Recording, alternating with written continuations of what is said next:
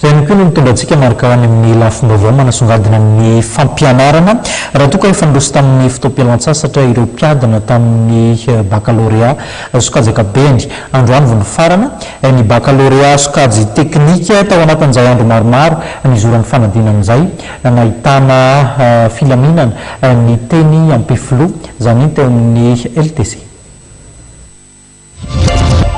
Ambony ny moraly ary manatena vokatra tsara kosa ireo mpiadina baccalauréat teknika sindranay androany izay andro farany nanakatonana tanteraka ny fanadinana baccalauréat tamin'ity taona ity na dia teo azy ireo sarotra tamin'ireo laza adiny dia misy kosa ireo antoniny hoy izy ireo.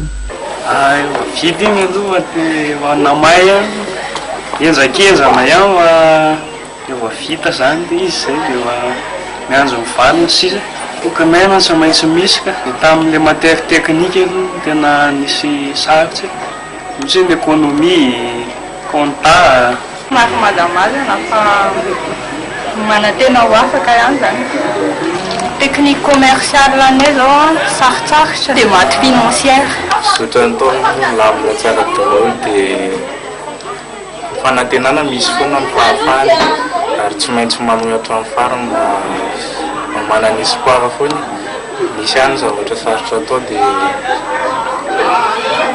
nesahana ny fitaina nesahana atao hatramin'ny farany foana. Nizotra am-pilaminana tsy nahitana olana goavana na teo am-piadina na teo am-piambina ny tetsy amin'ny LTC Ampefilo raha ny fanazavana nentin'ny lefitry ny lehiben'ny nivim-panadinana ankoatra ny fahatarany laza adina izay niseho ny andro voalohany.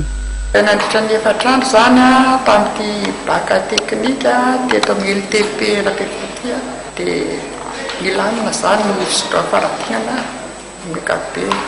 Fialan-tsasatra io kosa no teo ambavandreo mpiadina aorian'izao fanadinana izao iandrasany valim-panadinana. Tsy maintsy mba miala sasatra kely mandeha makafingotra kely.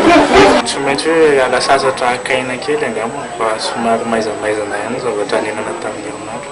Mbola mitoetrany kosa ny fitsarana ny taratasy-panadinana ary ahatra hatramin'ny herinandro izany raha toa ka amin'ny 2 ny volana septambra izao no hivoaka ny valiny.